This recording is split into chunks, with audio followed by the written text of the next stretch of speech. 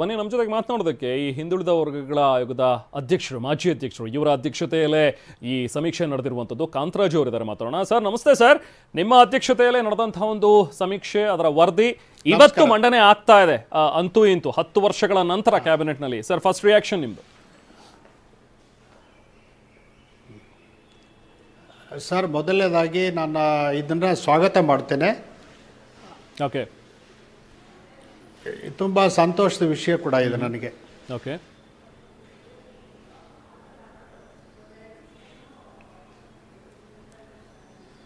Yes sir, ಕೇಳಿ. ಹಾಂ, but ಈಗ ನಿಮ್ಮ ಈ ವರದಿಯ ಬಗ್ಗೆ ಸಾಕಷ್ಟು ಒಂದು ವಿರೋಧಗಳು ವ್ಯಕ್ತವಾಗ್ತಾ ಇರುವಂಥದ್ರ ಬಗ್ಗೆ ಸರ್, ಈಗ ನೋಡಿ, ಕಾಂಗ್ರೆಸ್ ಕ್ಯಾಬಿನೆಟ್ನಲ್ಲೇ ಒಂದು ರೀತಿ ಇಬ್ಬಾಗ ಆಗಿರೋ ರೀತಿಯಲ್ಲಿ ಕಾಣಿಸ್ತಾ ಇದೆ. 12ಕ್ಕೂ ಹೆಚ್ಚು ಜನ ಸಚಿವರುಗಳು ಇದಕ್ಕೆ ಆಕ್ಷೇಪ ವ್ಯಕ್ತಪಡಿಸ್ತಾ ಇದ್ದಾರೆ. ಅವೈಜ್ಞಾನಿಕವಾಗಿದೆ ಅಂತ ಹೇಳ್ತಾರೆ. ನಮ್ಮ ಮನೆಗಳಿಗೇನೆ ಬಂದಿಲ್ಲ ಸಮೀಕ್ಷೆ ಮಾಡೋರು ಅಂತ ಹೇಳ್ತಾರೆ. ಇದೆಲ್ಲದಕ್ಕೆ ಏನು ಹೇಳ್ತೀರಿ ಸರ್ ನೀವು? ಕಂಗ್ರ್ಯಾಚುಲೇಷನ್ಸ್. ಯಾರು ಹುಡುಗ? ಮದುವೆ ಅಲ್ಲ, ಬಿಸ್ನೆಸ್ ಸ್ಟಾರ್ಟ್ ಮಾಡ್ತಾ ಇದ್ದೀನಿ. ಹೌದಾ? ಹೇಗೆ? Boss Vala. Boss Vala, B the boss. ನೋಡಿ, ನಾನು ಇದು ಯಾರ ಮನೆಗೆ ಹೋಗಿದ್ದಾರೆ, ಯಾರ ಮನೆಗೆ ಹೋಗಿಲ್ಲ ಅಂತಕ್ಕಂಥದ್ದು ನಾವು ಸಾದಷ್ಟು ನೋಡಿದ್ದೀವಿ ಅವಾಗ. ಆಮೇಲೆ ಅದಕ್ಕೆ ಹೆಚ್ಚಿಗೆ ಗಣತಿದಾರರಿಗೂ ಗೊತ್ತಿದೆ. ಆಮೇಲೆ ಇದು it is only matter of record. ಆದ್ದರಿಂದ ಹೇಳ್ತೇನೆ. ಮತ್ತು ಇದನ್ನು ನಾನು ವೈಜ್ಞಾನಿಕವಾಗಿರಬೇಕಾದಾಗ ಯಾವ ರೀತಿಯಲ್ಲಿ ಮಾಡಬೇಕಾಗುತ್ತೋ ಅಂಥ ಒಂದು ಶ್ರಮವನ್ನು ಮಾಡಿದ್ದೇವೆ. ಈಗ ಆ ವೈಜ್ಞಾನಿಕವಾಗಿ ಇದೆ ಅನ್ನೋದಕ್ಕೆ ಕಾರಣ ಈ ಹಿಂದೆ ಮಾಡಿರ್ತಕ್ಕಂಥ ಸಮೀಕ್ಷೆಗಳು,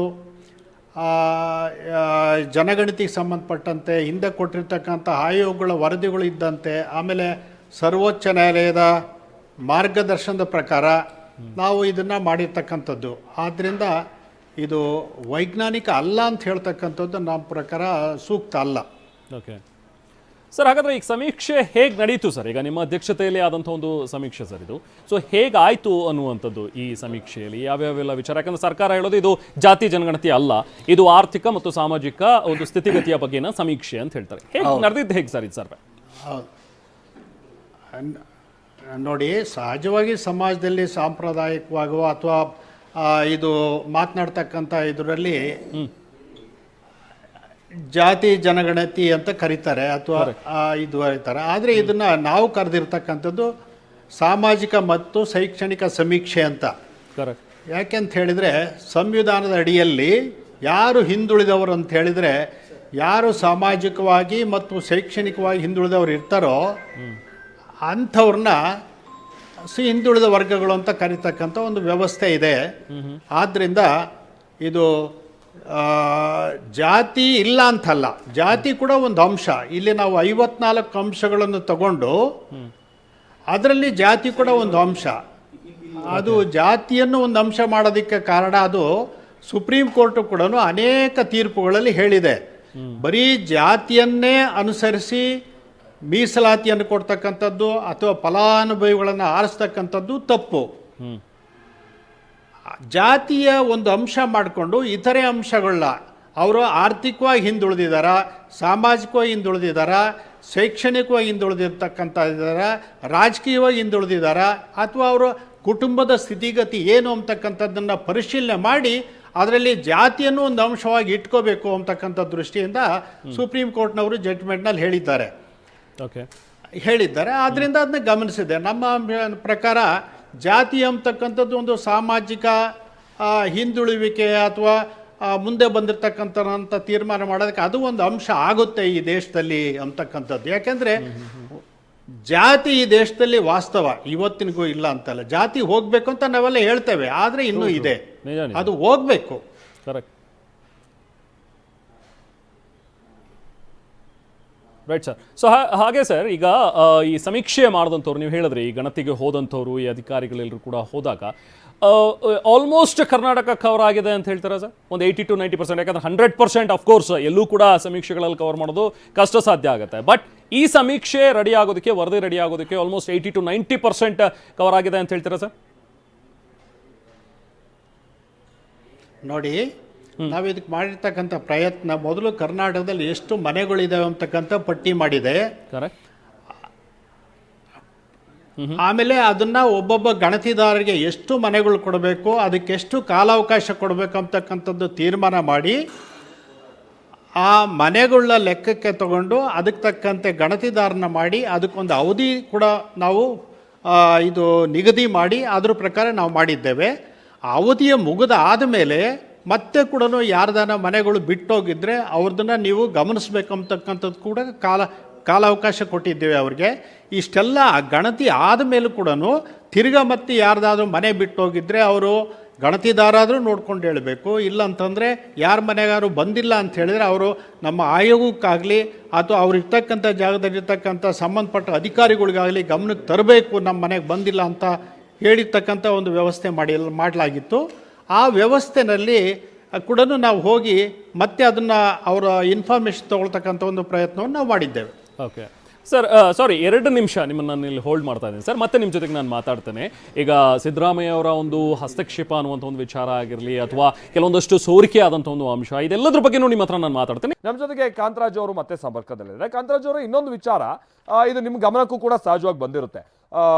ಈಗ ಚುನಾವಣೆಗೂ ಮುನ್ನ ನಾವು ಬಹಳ ಸಂದರ್ಭದಲ್ಲಿ ನೋಡಿದ್ದೀವಿ, ಒಕ್ಕಲಿಗರು ನಾವು ಹತ್ತತ್ರ 1 ಕೋಟಿ ಮೀರಿದ್ದೀವಿ ಅನ್ನುವಂತಾನೆ ಹೇಳ್ತಾ ಇದ್ರೆ, ಲಿಂಗಾಯತರು ನಾವು 1,20,00,000 ಅನ್ನುವಂಥ ಒಂದು ಅಂಕಿ ಸಂಖ್ಯೆ ಹೇಳ್ತಾ ಇದ್ರು. ಈಗ ನೀವು ಕೊಟ್ಟಿರುವಂಥ ವರದಿಯಲ್ಲಿ ಕೆಲ ಸಂಗತಿಗಳು ಈಗ ಆಲ್ರೆಡಿ ಹೊರಬಿದ್ದಿದೆ ಅನ್ನುವಂಥ ನಾವು ನೋಡ್ತಾ ಇದ್ದೀವಿ. ಈ ನಂಬರ್ಸ್ ಕರೆಕ್ಟಾ ಸರ್, ಅಥವಾ ನಿಮಗೊಂದು ಅನುಭವಕ್ಕಿದೆ ನೀವು ಈ ವರದಿ ಮಾಡಿರುವಂಥ ಕಾರಣಕ್ಕಾಗಿ? ಒಕ್ಕಲಿಗರಿಗೆ 60 ಲಕ್ಷ, ಲಿಂಗಾಯತರ 65 ಲಕ್ಷ, ಮುಸ್ಲಿಮರು 75 ಲಕ್ಷ ಅಂತ ನಾವೇನು ನಂಬರ್ ತೋರಿಸ್ತಾ ಇದೀವಲ್ಲ ಸರ್, ಇದು ವಾಸ್ತವಕ್ಕೆ ಎಷ್ಟು ಹತ್ರ, ಅದನ್ನು ನೀವು ಒಪ್ಕೊಂತೀರಾ? ಮೊದಲು ಹೇಳಿ ಸರ್.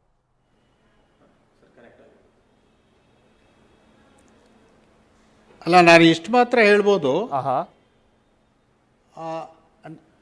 ನಮ್ಮ ಸಮೀಕ್ಷೆನಲ್ಲಿ ಏನು ಬಂದಿರತಕ್ಕಂಥ ಅಂಕಿಅಂಶಗಳಿದೆ ಅದನ್ನು ಮಾತ್ರ ಅಳವಡಿಸ್ಕೊಂಡಿದ್ದೇವೆ. Correct correct sir. ನಾನೊಂದು ನಂಬರ್ ಹೇಳಿದ್ನಲ್ಲ ಸರ್, ಈಗ ನಮಗೆ ಸಿಕ್ಕಿರುವಂಥ ಮಾಹಿತಿ ಪ್ರಕಾರವಾಗಿ ಇದೇನು ಈಗ ಸಿಕ್ಕಿರುವಂಥದ್ದಲ್ಲ, ಒಂದು 6-7 ತಿಂಗಳು ಅಥವಾ ವರ್ಷದ ಹಿಂದೆಯಿಂದನೂ ಕೂಡ ಇದು ಹರಿದಾಡ್ತಾ ಇತ್ತು ಈ ರೀತಿಯ ಅಂಕಿ ಸಂಖ್ಯೆ. ಮುಸ್ಲಿಮರು 75 ಲಕ್ಷ, ಲಿಂಗಾಯತರು 73 ಲಕ್ಷ, ಒಕ್ಕಲಿಗರು 70 ಲಕ್ಷ, ಕುರುಬರು 45 ಲಕ್ಷ ಅನ್ನುವಂಥದ್ದು ಇದೆಯಲ್ಲ, ಇದು ವಾಸ್ತವಕ್ಕೆ ಎಷ್ಟು ಹತ್ರ ಆಗಿದೆ ಅಂತ ನೀವು ಹೇಳ್ತೀರಾ ಸರ್? ನಾನು ಅದ್ರ ಬಗ್ಗೆ ಈಗೇನು ಹೇಳಲಿಕ್ಕಾಗಲ್ಲಪ್ಪ, ಅದನ್ನು ವರದಿ ಬಂದ ಮೇಲೆ ಅದು ಗೊತ್ತಾಗುತ್ತೆ. ಓಕೆ ಸರ್, ಇದರಲ್ಲಿ ನೀವು ಸರ್ಕಾರಕ್ಕೆ ಏನಾದರೂ ಸೂಚಿಸಿರುವಂಥ ಸಂಗತಿಗಳಿದೆಯಾ ಅಂತ? ಅಂದರೆ ಈಗ ಇರುವಂಥ ಜನಸಂಖ್ಯೆ ಆಧಾರದ ಮೇಲೆ ಅವರು ಶೈಕ್ಷಣಿಕವಾಗಿ ಎಷ್ಟು ಹಿಂದುಳಿದಿದ್ದಾರೆ, ಆಮೇಲೆ ಸಾಮಾಜಿಕವಾಗಿ ಅವರು ಎಷ್ಟು ಹಿಂದುಳಿದಿದ್ದಾರೆ, ಔದ್ಯೋಗಿಕವಾಗಿ ಹೆಂಗೆ ಹಿಂದುಳಿದಿದ್ದಾರೆ, ಈ ನಂಬರ್ಸ್ ಅಥವಾ ಅವರ ಹಿನ್ನೆಲೆಯ ಮೇಲೆ ಅವರಿಗೆ ಏನಾದ್ರು ವಿಶೇಷ ಸವಲತ್ತು ಮತ್ತೊಂದು ಈ ರೀತಿಯಾದಂಥ ಸಂಗತಿಗಳು ಏನಾದ್ರು ನಿಮ್ಮ ವರದಿಯಲ್ಲಿ ಉಲ್ಲೇಖ ಇದೆಯಾ ಸರ್?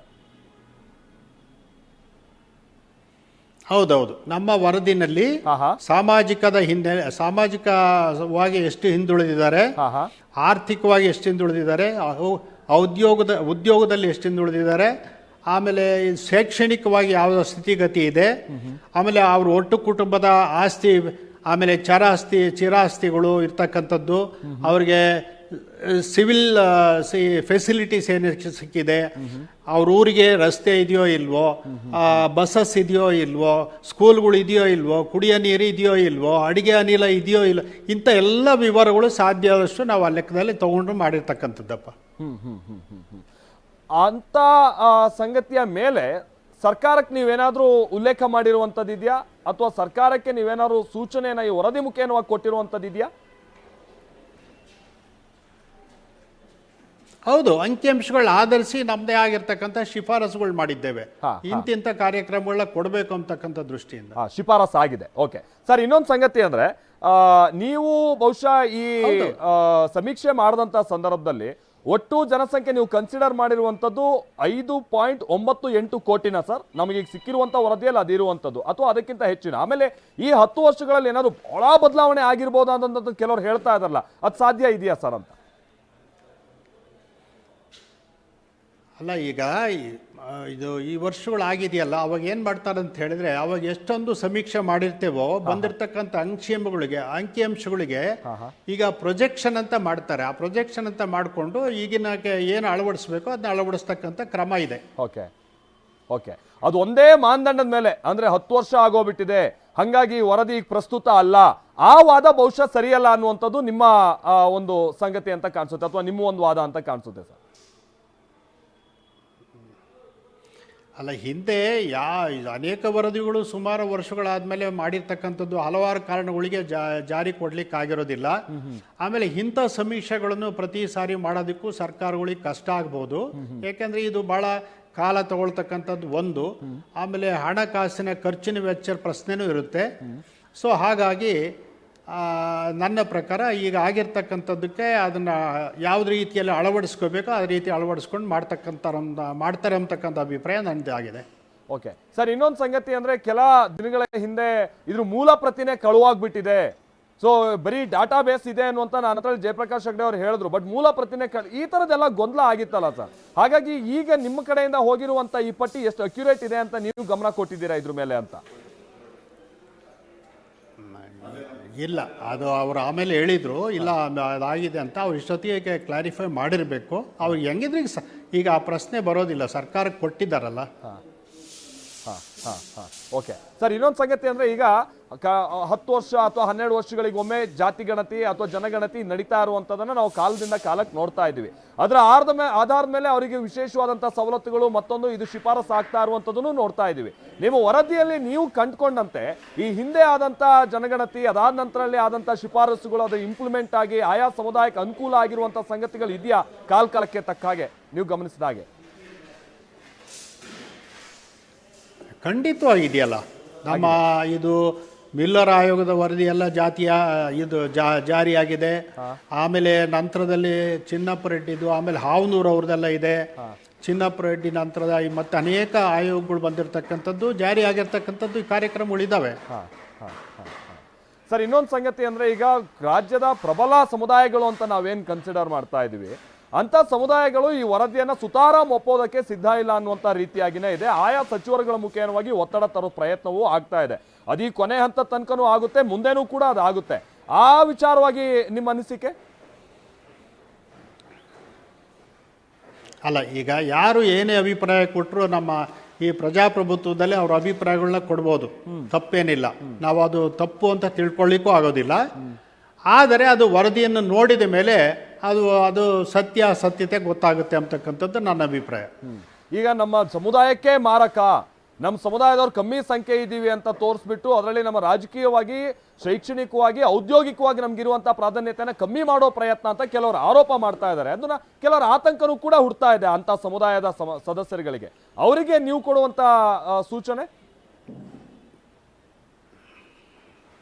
ಇಲ್ಲ, ನಾನು ಹೇಳ್ತೇನೆ, ನಾವು ಮಾಡಿರ್ತಕ್ಕಂಥ ಒಂದು ಪ್ರಾಮಾಣಿಕ ಪ್ರಯತ್ನ ಏನಿದೆಯಲ್ಲ ಸಮೀಕ್ಷೆ ದತ್ತಾಂಶಗಳು ಪಡ್ಕೊಳ್ಳೋದಕ್ಕೆ, ಆ ಪ್ರಯತ್ನದ ಮೂಲಕ ಬಂದಿರತಕ್ಕಂಥದ್ದನ್ನು ಆಧರಿಸಿ ನಾವು ಮಾಡಿದ್ದೇವೆ ಅಷ್ಟೇ. ಆಗಲಿ ಅವ್ರನ್ನ ಬಿಡಬೇಕು, ಇವ್ರನ್ನ ಜಾಸ್ತಿ ಮಾಡಬೇಕು, ಕಡಿಮೆ ಮಾಡಬೇಕನ್ನೋ ಪ್ರಶ್ನೆ ಇಲ್ಲಿ ಉದ್ಭವ ಆಗೋದಿಲ್ಲ, ಆಗೂ ಇಲ್ಲ.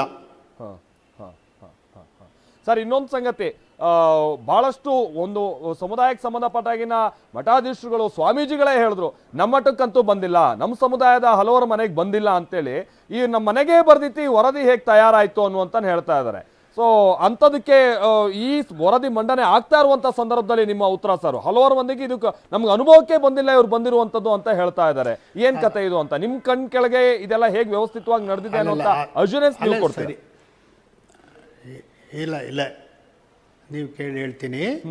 ನಾವು ಇದರಲ್ಲಿ ಅದನ್ನು ಈ ಹಂತದಲ್ಲಿ ಅವ್ರು ಹೇಳ್ತಕ್ಕಂಥದ್ದು ಸುಳ್ಳು ಅಂತ ನಾನು ಹೇಳಲಿಕ್ಕಾಗಲ್ಲ, ಸತ್ಯ ಅಂತಲೂ ಹೇಳಲಿಕ್ಕಾಗಲ್ಲ. ಕಾರಣ ಇಷ್ಟೇ, ಅದು it's A matter of record. ಯಾರ್ಯಾರ ಮನೆಗೆ ಹೋಗಿದ್ರು ಅನ್ನೋದಕ್ಕೆ ರೆಕಾರ್ಡ್ ಇದೆ. ಆದ್ದರಿಂದ ಅದು ಗಣತಿದಾರಿಗೆ ಗೊತ್ತಿದೆ, ಸೂಪರ್ವಿಷನ್ ಮಾಡಿದವ್ರಿಗೆ ಗೊತ್ತಿದೆ. ನಾವು ಕೈಲಾದಷ್ಟು ಮಟ್ಟಿಗೆ ಎಲ್ಲನೂ ಪ್ರಯತ್ನ ಮಾಡಿ ಅದನ್ನು ಅವಕಾಶಗಳು ಕೊಟ್ಟು, ಬರದೇ ಇದ್ದರೆ ನೀವು ನಮ್ಮ ಆಯೋಗಕ್ಕೆ ತಿಳಿಸಿ, ಅಥವಾ ಅಲ್ಲಿ ನಿಮ್ಮ ಹತ್ತಿರದಲ್ಲಿರ್ತಕ್ಕಂಥ ಅಧಿಕಾರಿಗಳು ಗಮನಕ್ಕೆ ತಗೊಂಬನ್ನಿ, ನಾವು ಬಂದು ಸಮೀಕ್ಷೆಯನ್ನು ಮಾಡ್ತೇವೆ, ನಿಮ್ಮನ್ನು ಇದರೊಳಗಡೆ ತಗೊಳ್ತೇವೆ ಅಂತಕ್ಕಂಥ ಒಂದು ಅವಕಾಶಗಳು ಕೂಡ ಕೊಟ್ಟು ನಂತರದಲ್ಲಿ ನಾವು ಆ ಸಮೀಕ್ಷೆಯನ್ನು ನಾವು ಮುಕ್ತಾಯಕ್ಕೆ ತಗೊಂಬಂದಿದ್ದೀವಿ. ಬಟ್ ಈಗ ದೊಡ್ಡ ದೊಡ್ಡ ಆಯಾ ಸಮುದಾಯಕ್ಕೆ ಸಂಬಂಧಪಟ್ಟಾಗಿನ ನಾಯಕರುಗಳೇ ಈ ವಿಚಾರವನ್ನ ಮತ್ತೆ ಮುನ್ನೆಲೆಗೆ ತರ್ತಾ ಇರುವಂತ ಕಾರಣಕ್ಕಾಗಿ ಈ ಒಟ್ಟು ವರದಿಯ ಕ್ರೆಡಿಬಿಲಿಟಿಗೆ ಏನಾದ್ರು ಸಮಸ್ಯೆ ಆಗ್ಬಿಡುತ್ತೆ ಅನ್ನುವಂಥದ್ದು ಆತಂಕ ನಿಮ್ಮಲ್ಲಿ ಇದೆಯಾ ಸರ್? ಇಲ್ಲ, ನನ್ನ ಅಭಿಪ್ರಾಯದಲ್ಲಿ ಇದು ಅವರು ಯಾವುದೇ ಒಂದು ಸರ್ಕಾರ ಆಗಿದ್ದರೂ ಕೂಡ ದಾಖಲೆ ಮೇಲೆ ಹೋಗ್ತಾರಾಗಲಿ, ಈ ನಾವುಗಳು ಹೇಳ್ತಕ್ಕಂಥದ್ದು ಮೇಲೆ ಹೋಗ್ತಾರಂತಕ್ಕಂಥದ್ದು ಅಲ್ಲ. ಅವರು ಹೇಳ್ತಕ್ಕಂಥದ್ದು ಸತ್ಯನ ಸರ್ಕಾರ ಗಮನಿಸ್ತದೆ ಅಂತಕ್ಕಂಥದ್ದು ನನ್ನ ಅಭಿಪ್ರಾಯ. ಓಕೆ ಸರ್, ಇನ್ನೊಂದು ಅಂದ್ರೆ ಈಗ ಪ್ರಮುಖ ಸಮುದಾಯಗಳಿಗೆ ಸಂಬಂಧಪಟ್ಟ ಹಾಗಿನ ಉಪಜಾತಿಗಳ ಉಲ್ಲೇಖನೂ ಕೂಡ ಇದರಲ್ಲಿ ಇದೆಯಾ ಸರ್? ಇದರಲ್ಲಿ ಇದೆ ಅಲ್ವಾ? ಎಲ್ಲದರಲ್ಲೂ ಇದೆ. ಎಲ್ಲದು. ಜಾತಿ ಹೆಸರು ಹೇಳ್ಬೋದು, ಉಪಜಾತಿ ಹೇಳ್ಬೋದು, ಆಮೇಲೆ ಅದಕ್ಕೆ ಪರ್ಯಾಯ ಪದಗಳು ಏನಿದೆ, ಆ ಜಾತಿಯನ್ನು ಬೇರೆ ಬೇರೆ ಭಾಗದಲ್ಲಿ ಏನಂತ ಕರೀತಾರೆ ಅಂತಕ್ಕಂಥದ್ದು ಕೂಡ ಅದರಲ್ಲಿ ಹೇಳಲಿಕ್ಕೆ ಅವಕಾಶ ಇತ್ತು. ಸರ್, ವಿಶೇಷವಾಗಿ ಒಂದು ವಿಚಾರ ಅಂತಂದ್ರೆ ಇದು ಪಂಚಮಸಾಲಿಗೆ ಸಂಬಂಧಪಟ್ಟ ಹಾಗೆ ಏನಾದರೂ ಗೊಂದಲ ಇತ್ತಾ? ಲಿಂಗಾಯತದವರು ನಾವು ಪಂಚಮಸಾಲಿ ಲಿಂಗಾಯತ ಅನ್ನುವಂತ ಸಪರೇಟ್ ಆಗಿ ಬರ್ಸಿ ಅನ್ನುವಂತನ್ನೆಲ್ಲ ಆ ಟೈಮ್ನಲ್ಲಿ ಕರೆ ಕೊಡ್ತಾ ಇದ್ರು. ನಿಮ್ಗೆ ಏನಾದ್ರು ಸಮೀಕ್ಷೆ ಸಂದರ್ಭದಲ್ಲಿ ಗೊಂದಲ ಉಂಟಾಗಿತ್ತಾ? ಇಲ್ಲ, ಯಾವ ಹಂತದಲ್ಲೂ ನಮ್ಗೆ ಈ ಗೊಂದಲಗಳಿಲ್ಲ.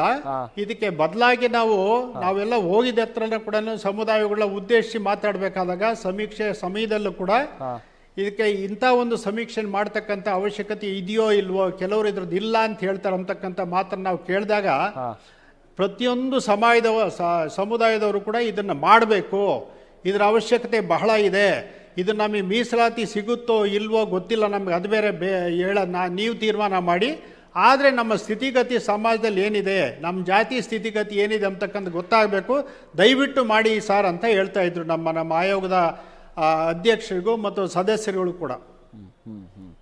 ಥ್ಯಾಂಕ್ ಯು ಸರ್, TV9 ಜೊತೆ ಇಷ್ಟೊತ್ತು ಮಾತನಾಡಿ ಕೆಲ ಸಂಗತಿಗಳನ್ನು ಹಂಚ್ಕೊಂಡಿದ್ದಂಥ ಕಾರಣಕ್ಕಾಗಿ. ಅಲ್ಲಿಗೆ ಒಂದಂತೂ ಹೇಳ್ತಾ ಇದ್ದಾರೆ, ಉಪಜಾತಿ ಇದೆಲ್ಲವನ್ನೂ ಕೂಡ ನಾವು ಉಲ್ಲೇಖ ಮಾಡಿದ್ದೀವಿ ಅನ್ನುವಂಥದ್ದು. ನಾನು ಇದನ್ನು ಯಾಕೆ ಈ ಪ್ರಶ್ನೆಯನ್ನು ಕೇಳಿದ್ದೆ ಅಂತ ಅಂದರೆ, ಲಿಂಗಾಯತ ಸಮುದಾಯಕ್ಕೆ ಸಂಬಂಧಪಟ್ಟ ಹಾಗೆ ಕೆಲವು ಉಪಜಾತಿಗಳನ್ನು ಅವರು ಪ್ರತ್ಯೇಕವಾಗಿ ಉಲ್ಲೇಖ ಮಾಡಬೇಕು ಅನ್ನುವಂಥ ಕರೆಯನ್ನು ಕೊಡಲಾಗಿತ್ತು. ಎಕ್ಸಾಂಪಲ್ ಪಂಚಮಸಾಲಿ ಲಿಂಗಾಯತ. ಹಾಗಾಗಿ ಒಟ್ಟು ಲಿಂಗಾಯತ ಸಮುದಾಯಕ್ಕೆ ಸಂಬಂಧಪಟ್ಟ ಹಾಗೆ ಸಂಖ್ಯೆ ಕಮ್ಮಿ ಬರೋದಕ್ಕೆ ಅದೇನಾದ್ರು ಕಾರಣ ಆಯ್ತು ಅನ್ನೋದು ಪ್ರಶ್ನೆ ಇತ್ತು. ಇಲ್ಲ, ಎಲ್ಲವನ್ನು ಒಂದರಲ್ಲೇ ಅಡಕ ಮಾಡಿದ್ವಿ. ಇದು ಬಹುತೇಕ ನಾವು ತೋರಿಸ್ತಾ ಇರುವಂಥ ಒಂದು ರೀತಿ ಫೈನಲ್ ನಂಬರ್ ಇದ್ದ ಹಾಗೆ ಇದೆ ಆ ಮುಖೇನವಾಗಿ ನೋಡೋದಾದ್ರೆ. ಇನ್ ಕೇಸ್ ಅವ್ರ ನಂಬರನ್ನು ನಾವು ಈಗಲೇ ಅನ್ನೋದು ಖಚಿತಪಡಿಸೋಕೆ ಸಾಧ್ಯ ಇಲ್ಲ ಅಂತ ಹೇಳಿದ್ರು ಕೂಡ ಸೋರಿಕೆ ಆಗಿರುವಂಥ ನಂಬರ್ಸ್ ಏನಿದೆ ಬಹುತೇಕ ವಾಸ್ತವಕ್ಕೆ ಹತ್ತಿರ ಆಗಿದೆ ಅನ್ನುವಂಥದ್ದು ಗೊತ್ತಾಗ್ತಾ ಇದೆ.